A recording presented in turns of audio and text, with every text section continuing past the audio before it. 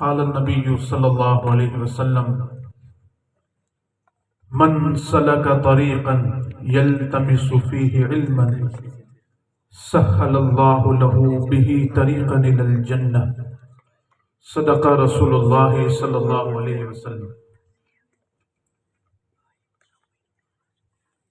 باوقار علماء کرام، بزرگوں، دوستوں، عزت مآب خواتین اسلام، نونہال بچوں، السلام علیکم ورحمۃ اللہ وبرکاتہ۔ درود پاک پڑھی، اللہم صلی علی سیدنا و مولانا محمد وآلہ وآصحابہ وبارک وسلم، صلاۃ و سلاما علیک یا رسول اللہ صلی اللہ علیہ وسلم۔ تھوڑی دیر 10-15 منٹ آپ کے سامنے کچھ باتیں مجھے رکھنی ہے، اور جو کچھ آپ دیکھ چکے اس کے بعد اب زیادہ کچھ بولنے کی ضرورت نہیں ہے، کہ جو کچھ ہے وہ نظروں کے سامنے ہے۔ اللہ کے رسول صلی اللہ علیہ وسلم نے ارشاد فرمایا کہ من سلک طریقا، کوئی شخص، کوئی مسلمان ایسے راستے پر چلے کہ جس راستے سے وہ علم حاصل کر سکتا ہو، تو اس راستے پر چلنے کی بدولت اللہ تبارک و تعالی جنت کا راستہ اس کے لیے آسان کر دیتا ہے۔ علم، دین کا علم تو یہ ہم سب پر فرض ہے، ہر مسلمان مرد اور عورت پر، کہ اس کو حاصل کرے۔ اور اگر تھوڑا میں اس کو ماڈریٹ ہو کر اگر بیان کروں اس بات کو، تو اسی میں پھر دنیاوی علم بھی آ جاتا ہے، ایجوکیشن بھی آ جاتا ہے، مگر خصوصاً چونکہ بات اب یہاں علم دین کی ہو رہی ہے، اور میں جہاں تک سمجھتا ہوں کہ اب ہماری قوم کو دنیاوی ایجوکیشن کے لیے جاگرک کرنے کی ضرورت ہے، مگر اب اتنی نہیں کہ جتنی دین کے ایجوکیشن کے لیے، پرائمری جو نالج ہے دین کا، اس کے لیے جتنا جاگرک کرنے کی ضرورت ہے اتنی اب اس کی ضرورت نہیں رہی، اس لیے کہ آج حال یہ ہو گیا ہے ہمارا۔ ٹائم دیکھو، سیکھنے کا یہی ہوتا ہے، یہی عمر ہوتی ہے کہ جس میں ایک مسلمان اپنے دین کا جو پرائمری نالج ہے، جو پراتھمک گیان ہے، جو ابتدائی تعلیم ہے، وہ جب اگر لے لے گا، دل میں اس کو محفوظ کر لے گا، تو پھر اس سے آپ پوری زندگی یہ کام آئے گا۔ ورنہ بات یہی رہے گی، جیسا کہ میں اور آپ کہتے ہیں کہ اب ہمارے پاس وقت نہیں ہے کہ ہم بیٹھ کر کے نماز کے فرض سیکھیں یا وضو کے فرض سیکھیں۔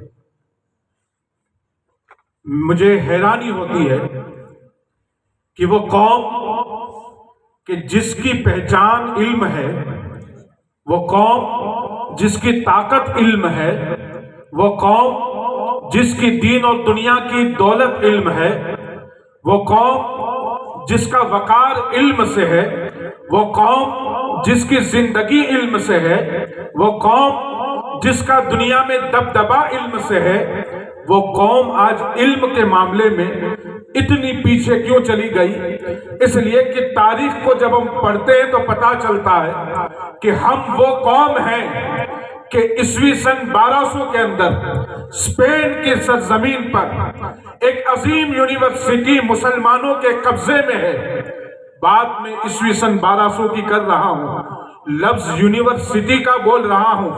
ہاں 1200 عیسوی کے اندر اسپین کی سرزمین پر جو یونیورسٹی قائم تھی وہ مسلمانوں کی تھی، اور اسی یونیورسٹی کے اندر 151 سائنٹسٹ اس وقت صرف قوم مسلم کے موجود تھے۔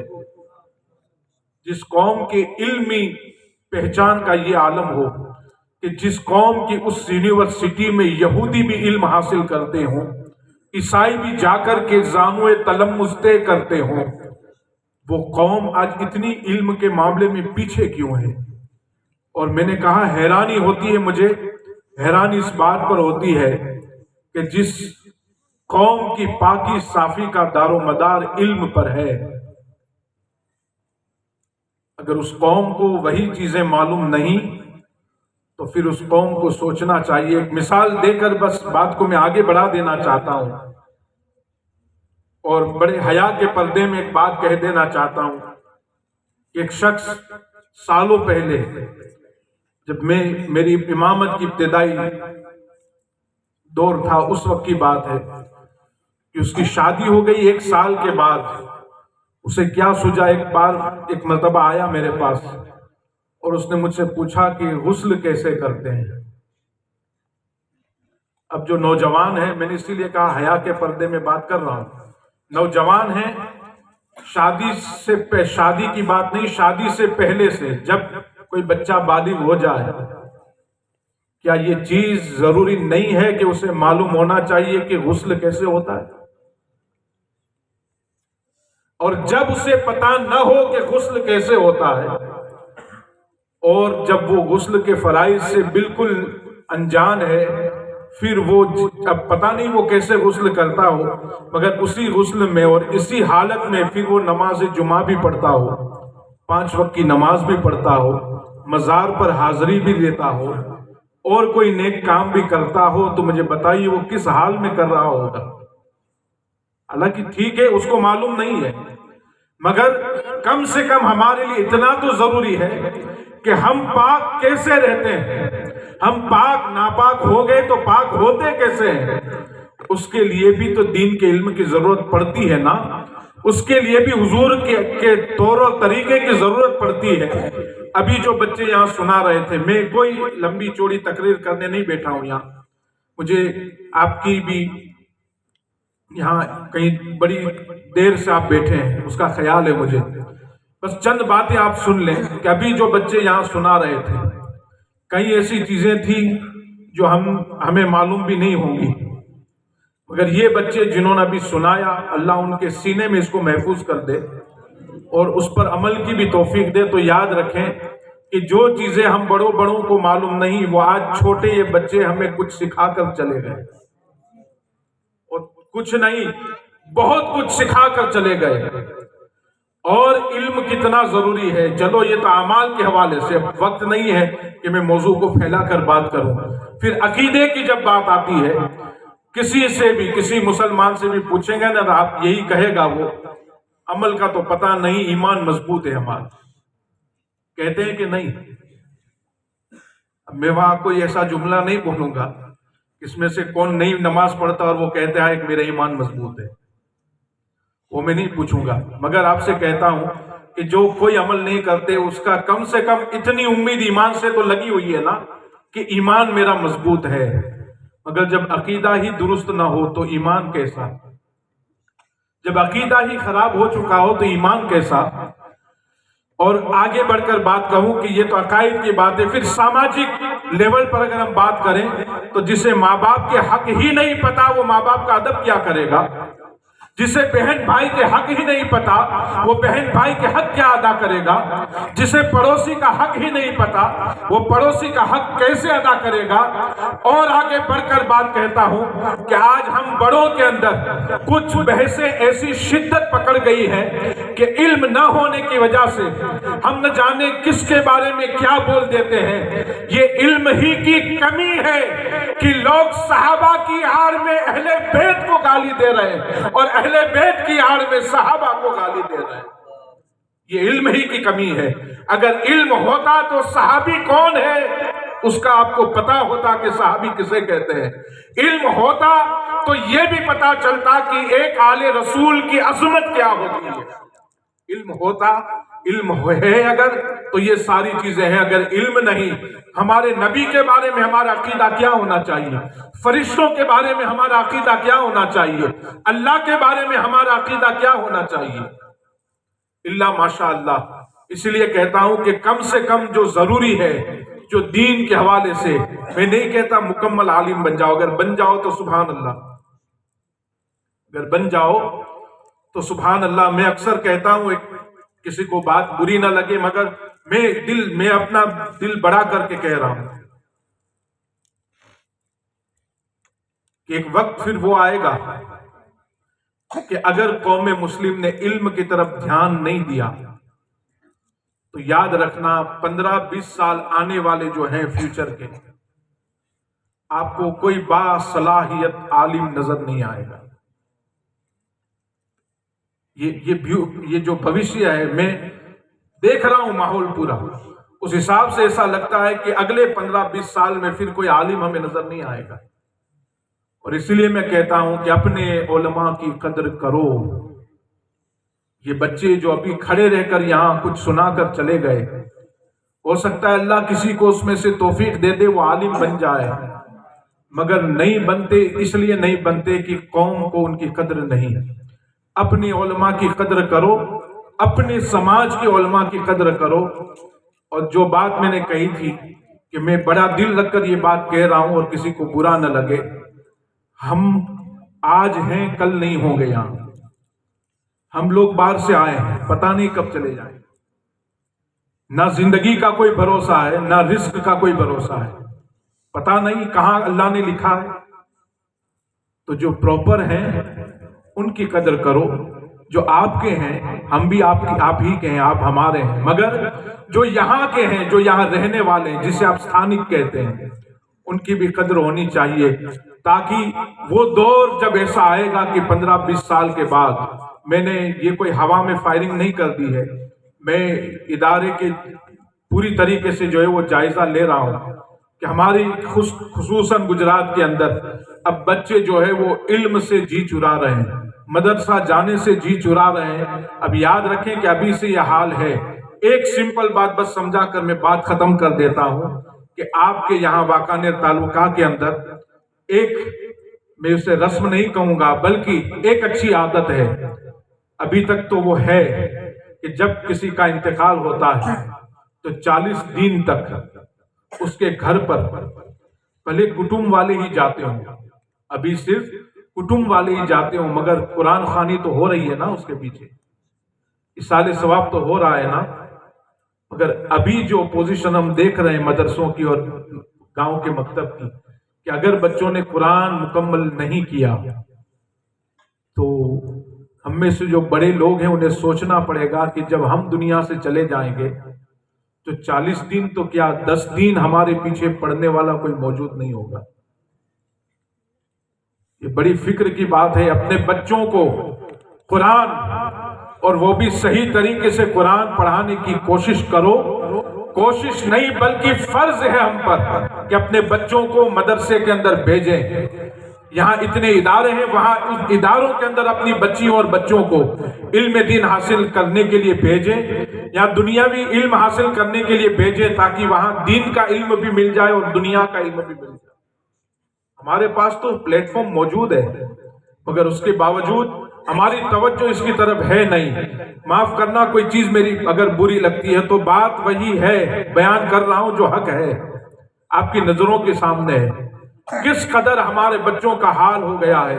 اللہ اکبر. ان بچوں سے آپ حال یہ ہو گیا یہ موبائل کے آنے کے بعد کہ ان بچوں کو کسی ایکٹر کی پوری ہسٹری پوچھو، وہ پوری بتا دیں گے کہ کس ایکٹر کے بیٹے کتنے ہیں، اس کی بیوی کا نام کیا ہے، وہ کہاں رہتا ہے، اس کے دادا کون تھے. مگر انہی بچوں کو جس نبی کے نام کا نعرہ لگاتے ہیں ان کے بچوں کے نام یاد نہیں ہیں، ان کی آل اولاد کے نام یاد نہیں ہے. یہ آج جب یہ پڑھ رہے تھے ہم اور سن رہے تھے تو دل میں خوشی محسوس ہو رہی تھی کہ چلو کہیں سے کوئی آغاز تو ہوا ہے، کہیں سے کوئی آغاز تو ہوا ہے کہ جہاں ہمارے بچوں کو یہ اس طرح کی دینی تعلیم مل رہی ہے.